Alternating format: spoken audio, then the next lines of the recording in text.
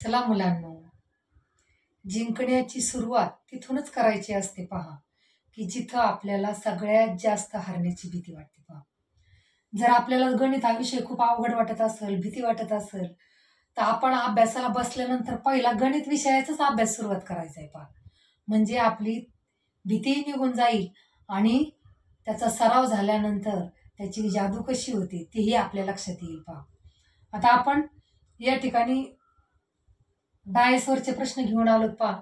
फळ्याकडे लक्ष द्या सर्वांनी. या अगोदर आपण काही व्हिडिओ बनवले होते पहा, की त्या ठिकाणी आपण दोन दोन ठोकळ्याचाच विचार केला होता, दोन घणाचाच विचार केला होता. एक बाजू समान असेल तर कसं सोडवायचं, दोन बाजू समान असतील तर कसं सोडवायचं. तर आता आपण वेगळा थोडासा प्रश्न घेऊन आलोय पहा. असे प्रश्न प्रत्येक शिष्यवृत्ती परीक्षेला आहेत, नवोदय परीक्षेमध्ये येतात, त्याच्यानंतर कोणतीही स्पर्धा परीक्षा घ्या त्याच्यामध्ये हे घन किंवा डायसवर हमखास प्रश्न असतो पहा. आणि ते इतकं सोपं असतं पहा, पण आपण ते बघूनच आपल्याला अवघड वाटतं, मनामध्ये भीती वाटते पहा. पण तसं न करता ते जर समजावून घेतलं, तुम्ही आज हा व्हिडिओ बघितला, शेवटपर्यंत बघितला, तर तुमचे सगळे डाऊट्स क्लिअर होतील पहा, तुमच्या सगळ्या शंका दूर होतील आणि हा प्रश्न तुम्हाला अगदी आवडीचा वाटू लागेल पहा. बघा काय प्रश्न दिलेला आहे पहा. जर 4 घन दिले किंवा 4 ठोकळे दिले आणि त्यावर जर प्रश्न विचारले तर प्रश्न कसे सोडवायचे पहा. आता या ठिकाणी काय केलंय पहा, 4 ठोकळे दिलेत पहा. प्रत्येक ठोकळ्यावर अंक आहेत पहा. आता पहिल्या ठोकळ्यावर काय 4 1 2, दुसऱ्या ठोकळ्यावर 2 6 3, तिसऱ्या ठोकळ्यावर 1 2 3, चौथ्या टोकळ्यावर 6 5 3. आणि तुम्हाला प्रश्न काय विचारलाय बघा. कधी कधी ह्या घनावर समजा अशी 4 ठोकळे दिले तर सलग 3 प्रश्न विचारतात पहा. 3 प्रश्न विचारले म्हणजे इथं 6 मार्क तुमचे पक्के होऊन जातात पहा, कारण प्रत्येक प्रश्न हा 2 मार्काला असतो.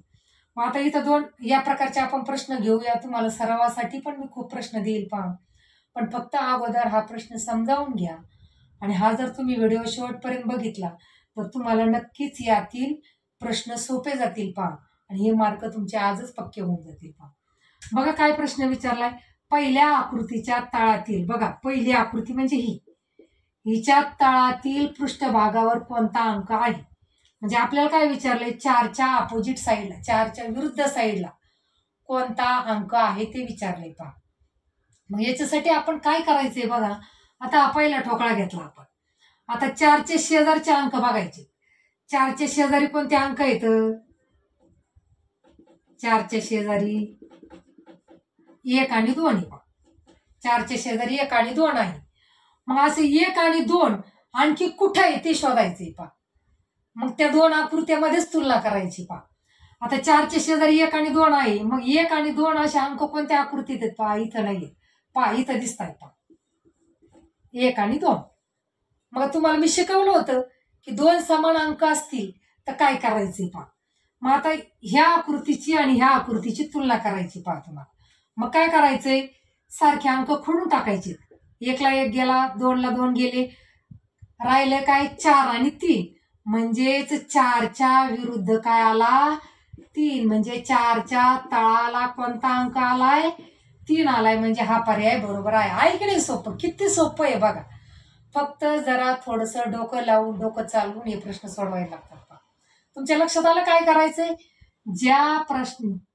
ज्या अंकाच्या विरुद्ध बाजूचा अंक विचारलाय तो ठोकळा आधी शोधायचा आहे. तुम्हाला विचारलंय पहिल्या ठोकळ्यात, आता म्हणजे पहिला ठोकळा घेतलाय आपण. मग काय विचारलंय, 4च्या विरुद्ध बाजूला. मग 4चे शेजारचे अंक बघायचे आधी. ते बघितल्यानंतर तसेच अंक इतर कोणत्या ठोकळ्यात ते शोधायचे. मग इथं आपल्याला सापडला पाहिजे तिसरा ठोकळा. मग तुम्ही याच्या अगोदरच्या तासाला शिकलात की समान 2 अंक असतील ठोकळ्यावर तर काय करायचे, ते दोन्ही कट करायचे. 2ला 2 गेला, 1ला 1 गेला, राहिले अंक तेच त्याचं उत्तर. 4 आणि 3 राहिले, म्हणजे 4च्या विरुद्ध काय आला, 3 आला. आहे की नाही सोपं. आवडलंय का, किती सोपं आहे बघा. आता आणखी त्याच्यावर दुसरा प्रश्न आहे पहा. 2च्या विरुद्ध बाजूला कोणता अंक असेल. आता 2 कोणत्या याच्यात आहे ते शोधायचं आहे 2च्या विरुद्ध बाजूला. आता आपण इथं घेऊया पहा, हा ठोकळा घेऊया आपण. इथं 2 दिसतोय पहा. आता 2चे शेजारी परत तीच ट्रिक लागू करायची पहा. 2चे शेजारी कोणते अंक आहेत, 2च्या शेजारी 6 आणि 3. आता हे 6 आणि 3 कोणत्या ठोकळ्यात आहेत ते शोधायचे आपल्याला. बघा किती सोपं आहे. आता 6 आणि 3 कुठे येतं? इथं आहेत पहा. 6 आणि 3 या ठिकाणी आहेत.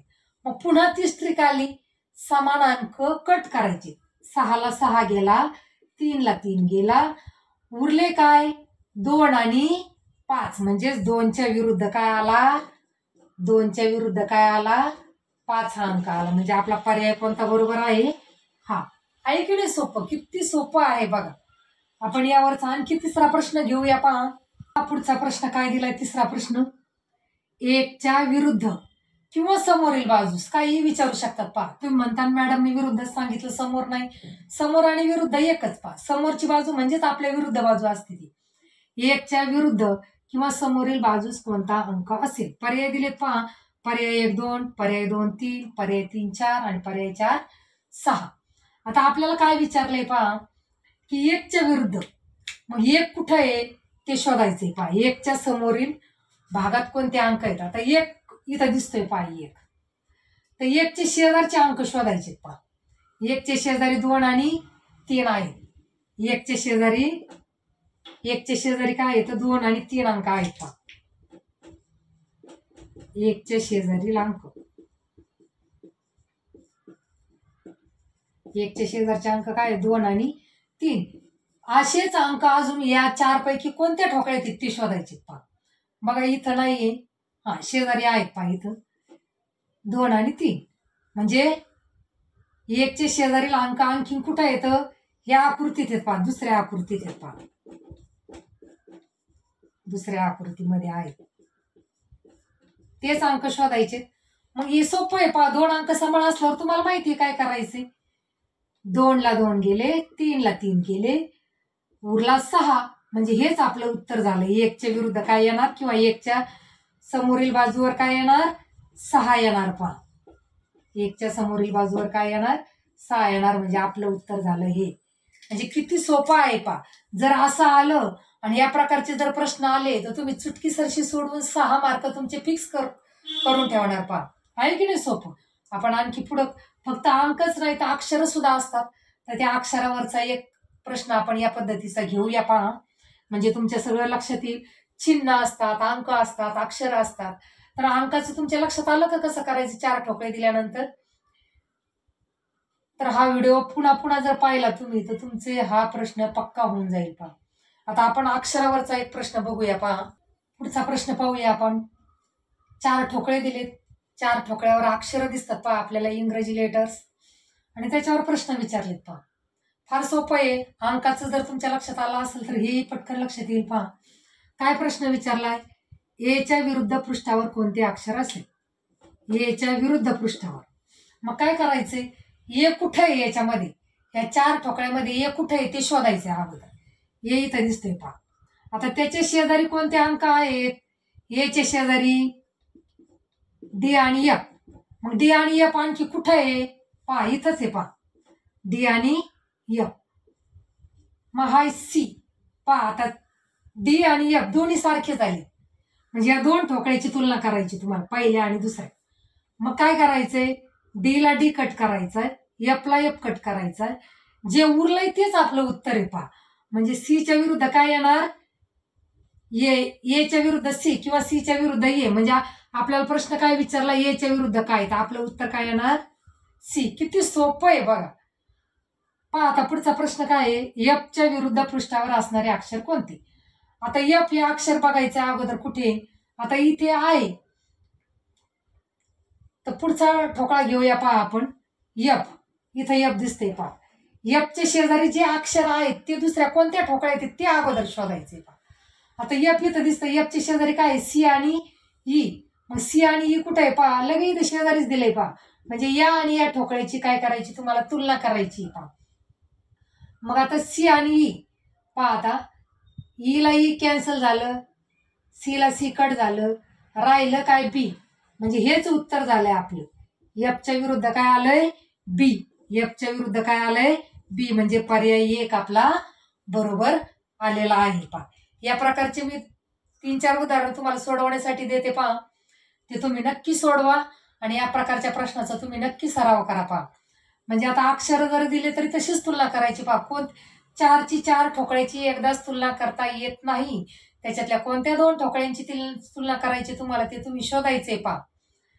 इथं आता ए विचारलंय म्हणून ए पाहिला आपण कुठे, मग एचे शेजारचे अक्षर बघून मग तो ठोकळा आपण निवडायचा आहे पहा. मग त्या 2 ठोकळ्याची काय करायची आहे तुम्ही तुलना करायची. आणि आपण याच्या अगोदर शिकलो, एक अंक असेल तर एक अंक समान असेल किंवा एक अक्षर समान असेल तर काय करायचं, 2 अंक किंवा 2 अक्षर समान असेल तर काय करायचे. म्हणजे त्याप्रमाणे तुम्हाला हा प्रश्न सोडवता येईल पहा. तुमच्यासाठी मी 2-3 उदाहरणं देते पहा फळ्यावर, ती तुम्ही सोडवायची आणि कमेंट बॉक्समध्ये नक्की त्याची उत्तरं द्यायची पहा.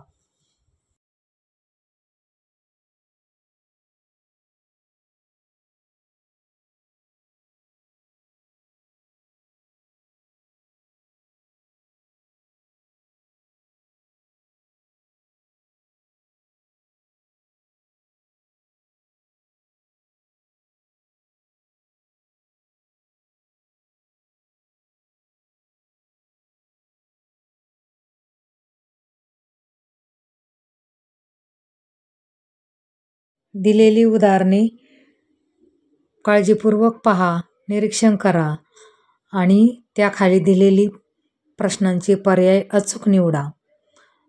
4 ठोकळे दिले असताना कसे प्रश्न सोडवायचे हे व्हिडिओमध्ये मी सांगितलेलं आहे. त्याप्रमाणेच हे प्रश्न सोडवा व कमेंट बॉक्समध्ये नक्की त्याची उत्तरे द्या.